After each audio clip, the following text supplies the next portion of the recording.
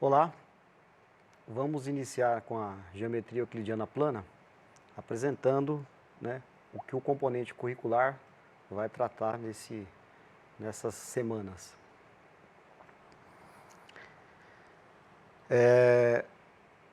Desejamos que todos sejam bem-vindos, né? Iniciamos com o estudo da geometria plana, que deve ser abordado no ensino fundamental e médio. E, contudo, vamos dar um enfoque que considera os axiomas de Euclides como a base, chamado método axiomático. A estruturação do componente curricular geometria plana, ele será dado por semanas, né, distribuído em 8 semanas, sendo que a primeira semana nós vamos tratar das noções primitivas, ponto, reta, plano. Vamos considerar também os axiomas de incidência e de ordem. Na semana 2, trataremos de ângulos, os axiomas de medição, de congruência relativamente aos ângulos. Na semana 3, nós vamos tratar dos triângulos, explorando a congruência, semelhança, teorema de Tales, teorema de Pitágoras e algumas relações que nos dão referência para que nós possamos iniciar na semana 4 os elementos de trigonometria. E o que são os elementos de trigonometria, especificamente? Nós temos ali, dentro de um recorte desse construto matemático, trabalhando com as identidades trigonométricas, vamos trabalhar também com a prova de algumas identidades, a validade de algumas identidades, especificamente abordando as relações métricas num triângulo retângulo. Tá? Essa é a proposta que nós fizemos, ou que vamos tratar para poder fazer a construção de acordo com o que nós fizemos na semana 1, semana 2 e semana 3. Né? Então, a trigonometria está dentro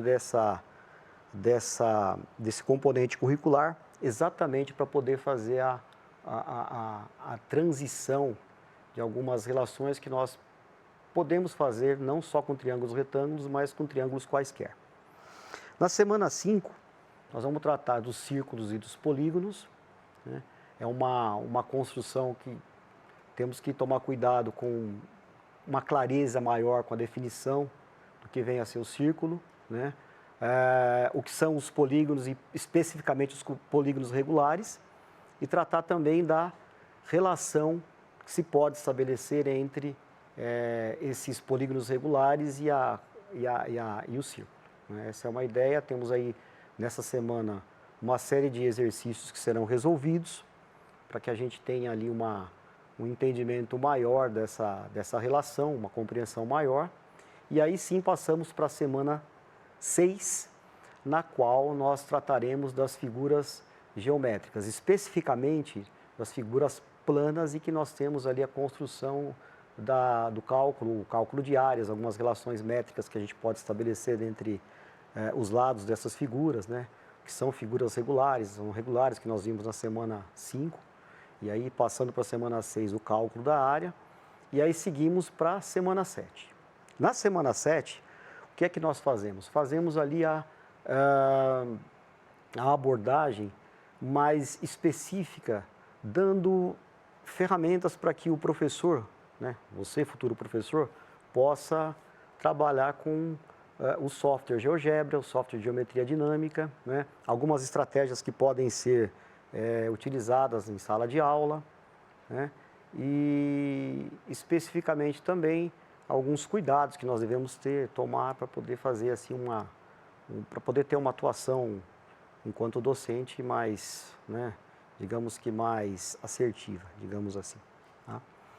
E a última semana nós fazemos a revisão de todos os conteúdos que nós abordamos, da primeira até a 7ª semana, né? Começando lá com as noções primitivas e aqui terminando com essas possibilidades na prática docente na 7ª semana.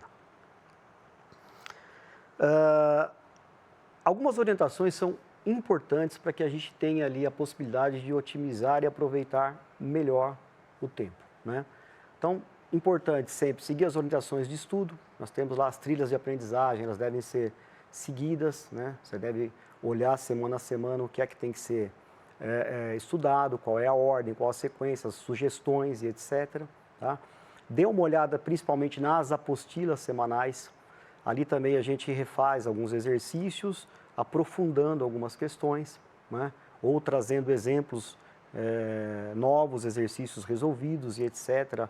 Algumas dicas. Então, a apostila também ela vem para complementar um pouco mais do que nós fizemos nas videoaulas. Obviamente, assista às videoaulas, né?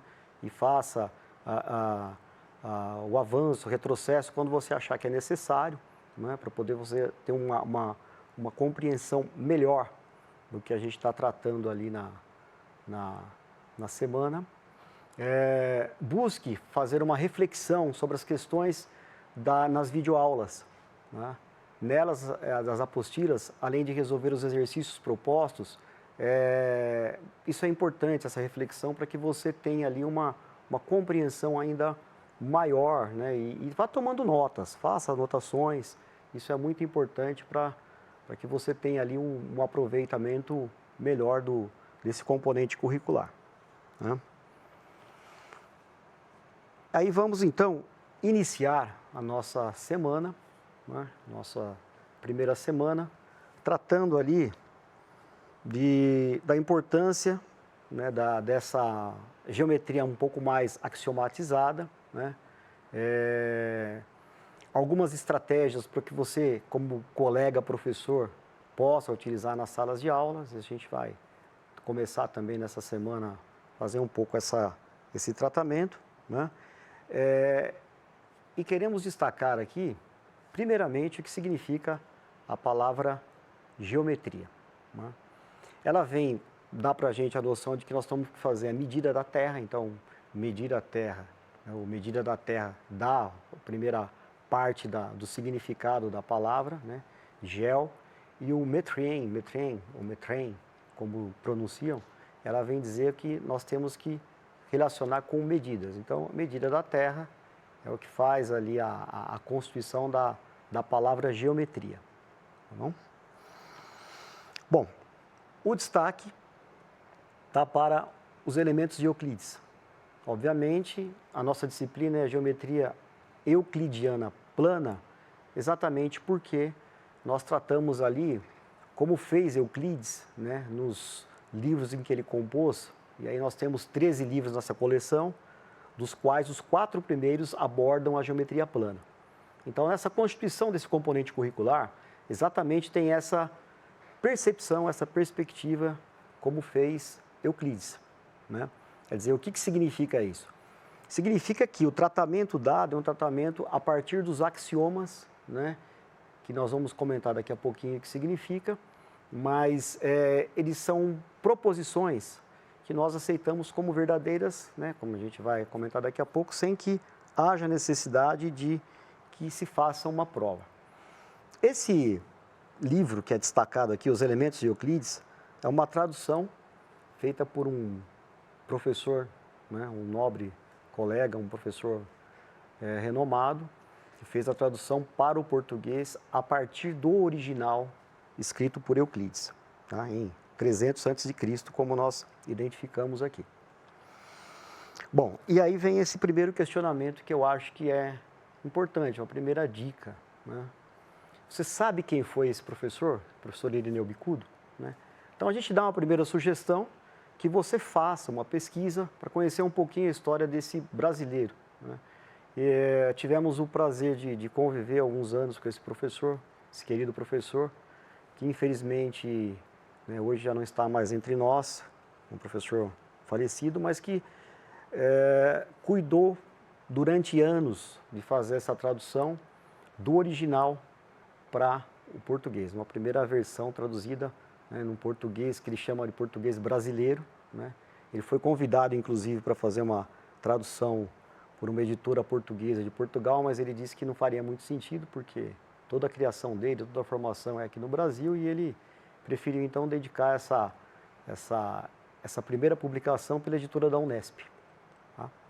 Então, fica aí uma sugestão para que você dê uma pesquisada para que você olhe um pouquinho mais quem foi esse professor, o professor Irineu. Bom, por que a gente tem que abordar, então, sempre começar uma aula que seja de matemática, de geometria, né, dentro dessa nossa área, abordando elementos de história?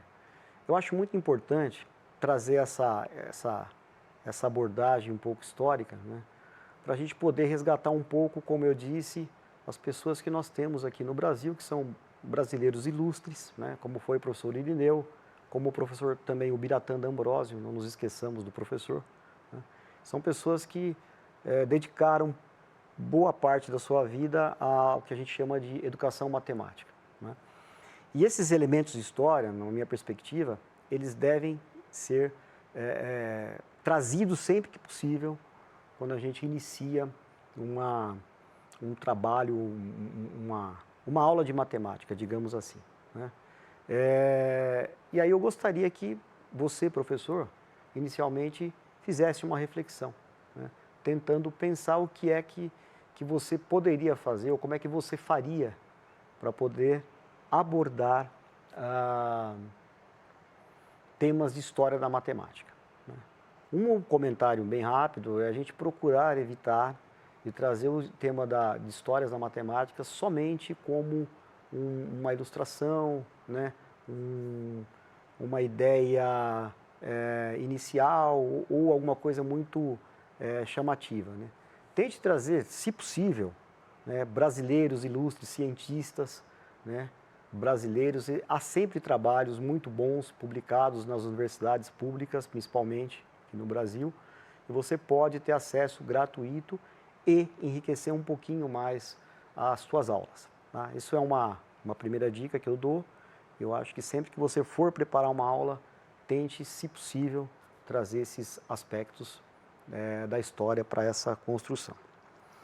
Bom, a matemática, né, ela é fundada no que a gente chama de sistema axiomático. Então, o que é esse sistema? A gente começa tratando do axioma, que a gente fala que é uma axiomatização, né, e na sequência você vai fazendo um tratamento, né, um pouco mais específico. Então, iniciando com o axioma, que é uma declaração aceita como verdadeira, como eu já tinha dito anteriormente, sem que seja necessariamente feita uma prova, tá?